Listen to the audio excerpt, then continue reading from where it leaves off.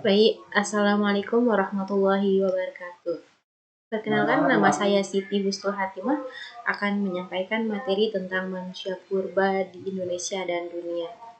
Sebelum kita ke pokok pembahasan, terlebih dahulu kita harus mengetahui apa itu manusia purba. Manusia purba disebut juga dengan prehistoric people atau manusia prasejarah yang sekarang dikenal dengan nama manusia praaksara.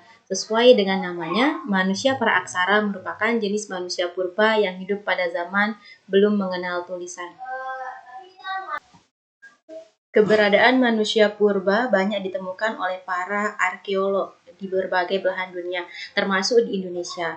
Berbagai bukti autentik yang dapat menguatkan keberadaan manusia purba di Indonesia adalah ditemukannya fosil, ukiran, alat-alat rumah tangga, dan sebagainya.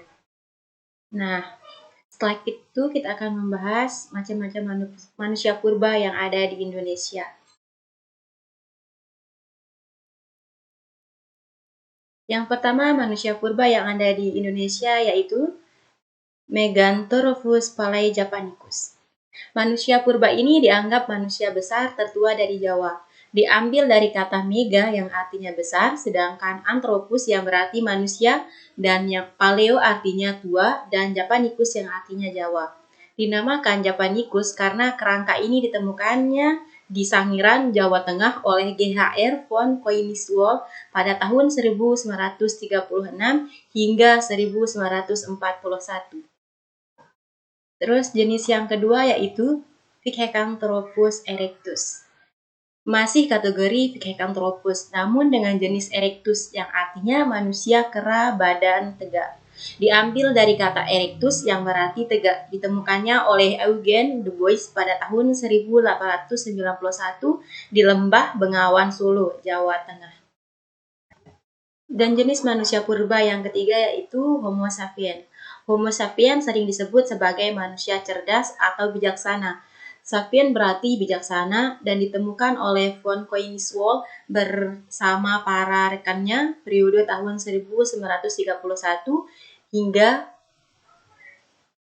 1934.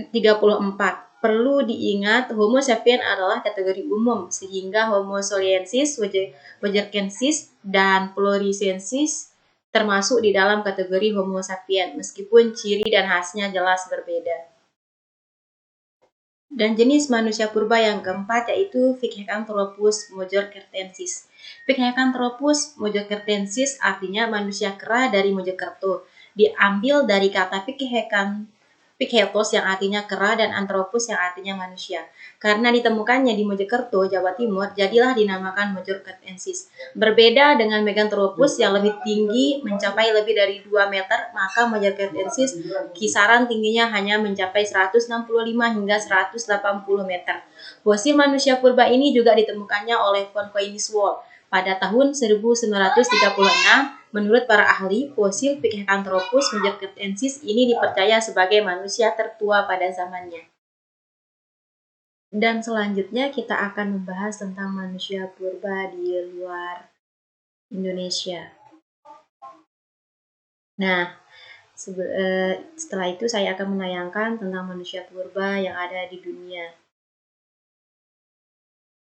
Kita lihat tayangannya. Terdapat perbedaan pendapat antara para ahli mengenai manusia purba pertama di dunia. Fosil-fosil manusia purba sendiri banyak ditemukan di daerah Afrika, Eropa, dan Asia. Kalian tahu nggak sih di mana ditemukannya manusia purba pertama di dunia? Kita cari tahu bersama yuk! Beberapa ahli menduga bahwa manusia purba pertama berasal dari Ethiopia. Dugaan tersebut didasarkan pada penemuan fosil manusia purba jenis Ardipithecus ramidus.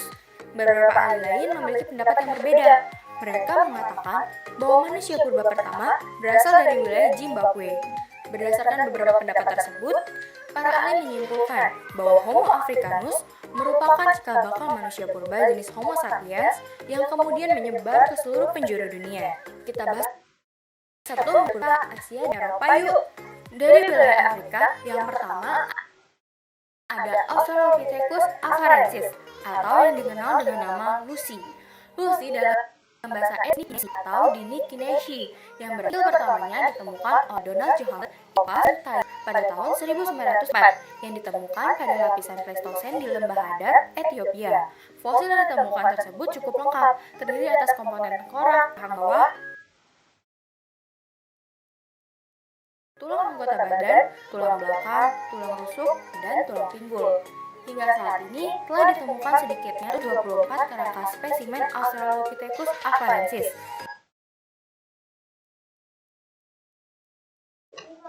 Di lembah Hadar dan 30 spesimen di Tanzania.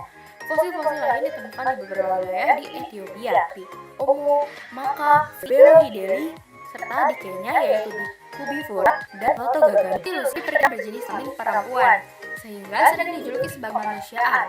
Beberapa menjelaskan bahwa Lucy merupakan satu hominid tua di dunia, dan diperkirakan juga sebagai nenek moyang manusia purba jenis Homo, yang berarti nenek moyang manusia modern.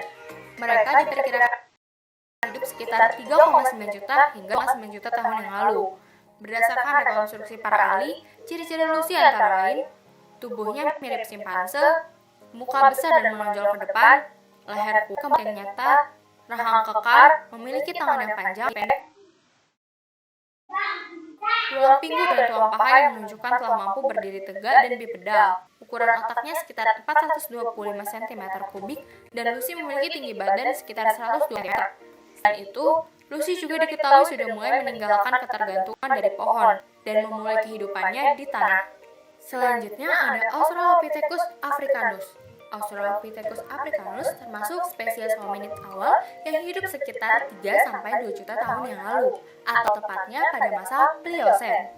Fosilnya pertama kali ditemukan oleh Raymond Dart pada tahun 1924 di endapan breksi Gua Kars di wilayah sekitar tambang. Dalam ekskavasi lanjutan, mereka menemukan tulang paha, rahang bawah, dan tulang kering. Kedua arkeolog tersebut kemudian menyimpulkan bahwa Homo rhodesiensis merupakan nenek moyang bangsa Afrika dari ras Negroid. Homo rhodesiensis diperkirakan hidup pada 300.000 sampai 125.000 tahun yang lalu. Usia fosil Homo rhodesiensis lebih muda dibandingkan Australopithecus africanus ataupun Australopithecus robustus. Para ahli juga menilai bahwa Homo rhodesiensis memiliki karakteristik kehidupan yang lebih maju dibandingkan Australopithecus africanus dan Australopithecus robustus. Sekian pembahasan kali ini, kita lanjut di part 2 ya. Sampai jumpa di video selanjutnya. Nah, itu tadi pembahasan dari manusia purba di dunia. Adapun ciri-cirinya tadi udah dijelaskan dan apa saja yang termasuk manusia purba yang ada di dunia. Nah, selanjutnya kita akan membahas tentang keterkaitan antara manusia purba dengan manusia modern. Kaitan antara manusia purba dan manusia kini yaitu di masa dulu dan masa sekarang manusia sama-sama bertahan hidup. Kalau manusia purba bertahan hidup dengan cara berburu dan meramu, kalau manusia masa kini bertahan hidup dengan cara yang lebih beradab yaitu dengan bekerja untuk memenuhi kebutuhan primer dan sekundernya. Sekian materi dari saya yang dapat disampaikan, kurang lebihnya saya mohon maaf. Assalamualaikum warahmatullahi wabarakatuh. Terima kasih.